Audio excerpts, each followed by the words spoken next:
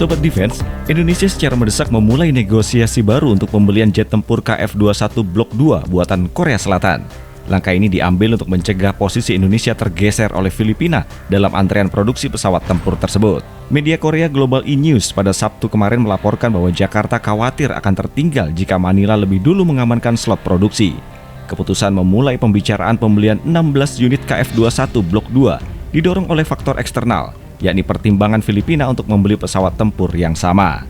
Bagi Indonesia, langkah ini bukan sekedar untuk menutup kekurangan kemampuan tempur, tetapi juga perhitungan strategis demi mengamankan prioritas produksi. Filipina saat ini tengah mempertimbangkan KF-21 sebagai salah satu kandidat utama dalam program jet tempur multi-role mereka. Situasi ini memicu kekhawatiran Indonesia akan tergeser ke belakang antrean jika tidak segera bertindak.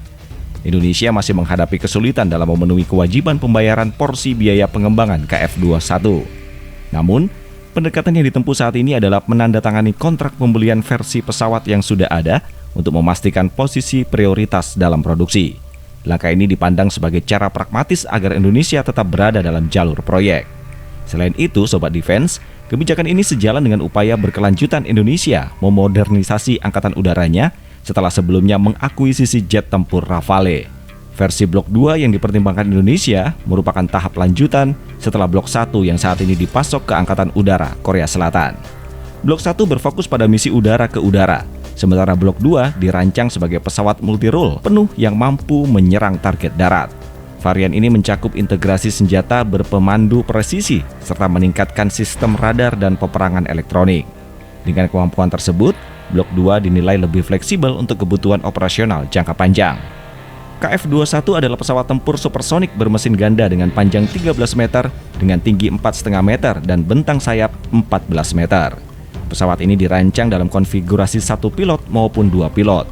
Proyek ini merupakan kerjasama antara Republik Korea dan Indonesia dengan pembagian partisipasi 80% untuk Korea Selatan dan 20% untuk Indonesia. Pada awalnya, Indonesia sepakat menanggung 20% biaya pengembangan sebagai imbalan atas prototipe dan alih teknologi produksi pesawat di dalam negeri.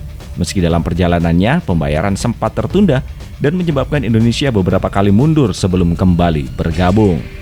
Pada Juni 2024 lalu, Badan Program Akuisisi Pertahanan Korea Selatan menandatangani kontrak dengan Korea Aerospace Industries untuk memproduksi sebanyak 20 unit KF-21 senilai 1,4 miliar dolar Amerika Serikat atau sekitar 23 triliun rupiah. Rencana awal menargetkan produksi 40 pesawat hingga 2028 dan 120 pesawat pada tahun 2032. Dalam jangka panjang, Korea Selatan berencana meningkatkan KF-21 menjadi jet tempur generasi kelima penuh. Peningkatan ini mencakup penguatan sensor, sistem peperangan elektronik, teknologi siluman, serta integrasi senjata di dalam ruang senjata internal. Di sisi lain, Filipina menyatakan ketertarikannya pada KF-21 pada Mei 2024 lalu, meskipun belum ada pengumuman resmi terkait pembelian. Dalam proses seleksi, KF-21 bersaing dengan jet tempur F-16V buatan Lockheed Martin dari Amerika Serikat dan Saab Gripen dari Swedia. Situasi inilah yang membuat Indonesia bergerak cepat agar tidak kehilangan posisi strategisnya dalam proyek dan antrean produksi pesawat tempur tersebut. Gimana menurut kalian? Drop di kolom komentar.